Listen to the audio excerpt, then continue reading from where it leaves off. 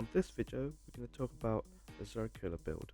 If you want something different or something fun, make sure you tune in to the rest of the video.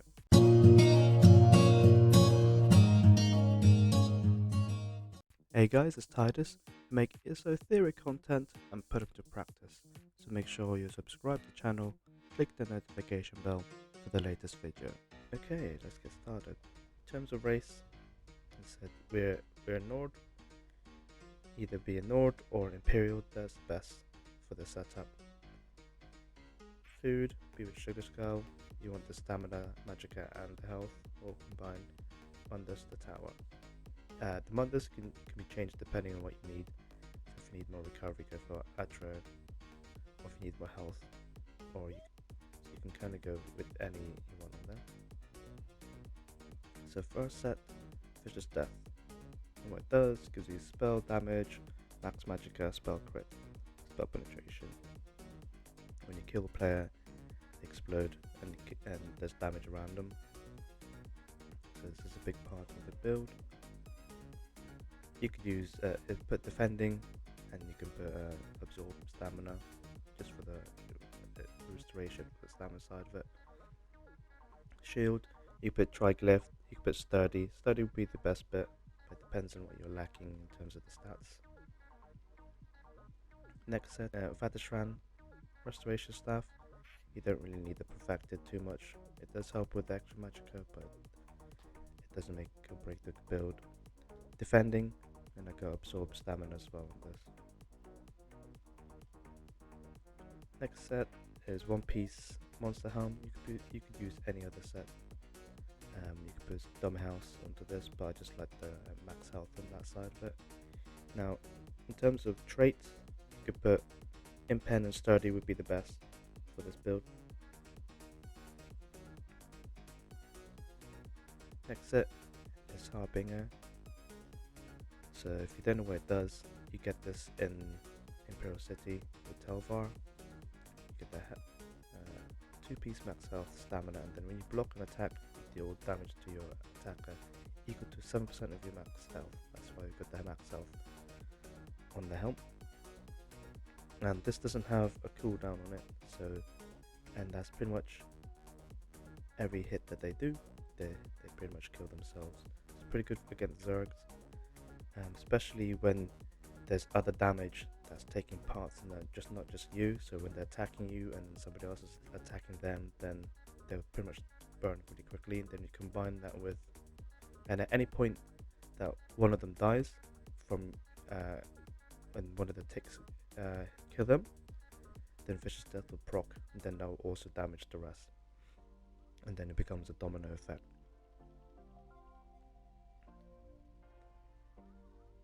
And you can see the ring and the necklace. I just put a reduced block on all three.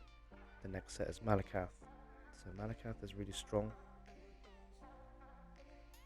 So you just increase, you're not going to really crit as a tank, so there's no need to worry about it. So you just increase all your procs. Even though this doesn't show it on here, it does actually increase the proc damage. Reduce block on all of them. Arcane, and then one infuse to increase the block. Skill wise, so this is more of like a group play build. So this setup is mainly if you have a teammate who does is a bomb blade, so that's the best combination. So you go in, you take a few hits, they start taking some damage, then your teammate will just then teleport in, and then he'll bomb everyone else, and then at any point that yours explodes as well, pretty carnage. So Mortar Coil, so you want this mainly for 1, the passive healing, and 2, the restore your stamina, and you get the extra healing done by 3%. This is your main heal, so the more people in front of you, the more heal you have. It's pretty cheap as well. So you get big initial heal plus some healing over time. Expunge and Modify, so this is more of your sustain. So one, it reduces all the cost of your abilities, and 2, every time you press Purge, 2 negative effects, you restore 515 magic and stamina for each negative effect. to get 1k stamina basically every time, and magicka. So when you are blocking, you're gonna get a lot of damage. Just keep spamming it, and then you'll slowly get magicka and stamina back at the same time. That will help us sustain. Necrotic potency. This is more of a flex spot. I know that it kind of counteracts the damage taken and reduced, but it gives you the ultimate, just what you need here. So it gives you a big heal. So if someone's dead, activate it, you generate ulti, and you also heal. It's mainly for the ulti side of it. Next one, defensive stance. So this is mainly for the reduced the amount of damage you can block, and also reduce the cost of blocking. Temporal guard. This is more for the passive. So you get the 5% damage reduction. So even though you want to have a higher ticks of Harbinger, at the same time you also want to survive all the attacks. So that's what helps with this. Also, you kind of use Temporal Guard for outplaying. So you could use it to teleport yourself back 4 seconds behind. Akbar, Proxy Det.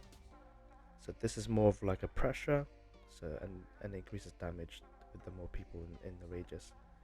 So when you're fighting, activate all your skills, put Proxy Det, you're blocking, and then you have one of the Zerg attacking you, get to low health, that finishes them off. That will also activate Vicious Death.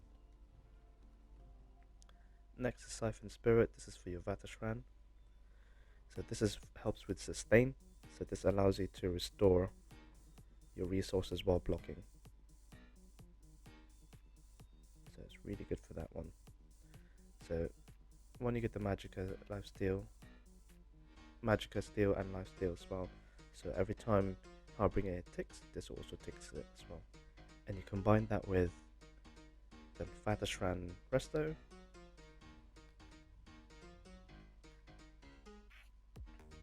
You get a lot of resource back, so you can have a lot to sustain. Mystic Siphon. So this is, you're not going to really do the damaging side of it, but this is mainly for your Magicka recovery. So you got Magicka recovery, and you also got your stamina recovery. So you have a lot of resources to get back, so you can stay in the fight longer and also get increased damage. It's not going to really matter too much. Beckoning Armor gives you resistance and also chains all the gankers in, really useful. Then you got Spirit Guardian. This is your 10% damage reduction as well. Also has a small amount of healing. This could be really good, but it's also a flex spot, so it kind of depends what you need. And then in terms of ultimate, you want Ravager's Goliath, and you want that morph as well, so you get so it lasts for 20 seconds, and also your light and heavy attacks heal you, and also deal with magic damage around you. Scares off your max health, so that's why you want stacking health. CP wise, it's not going to really matter too much, because I also tank PvE content, so endgame content with this, so all the hard mode trials, then I just keep it the same. You can change this to have more resistance, spell shield, so you can change it to whatever. So because I said I use this for trials as well, I keep this pretty much static. At least you want to make sure you have at least 81 into Shadow Ward. As you can see, it's CP is a bit everywhere, but you can make that just for the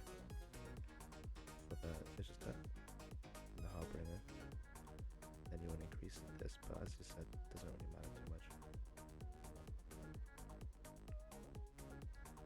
So how the combo works really is you just activate all your skills, put Siphon and block. That's literally all you need to do. Make sure that your tethers are always up, and then just keep spamming Expunge non-stop.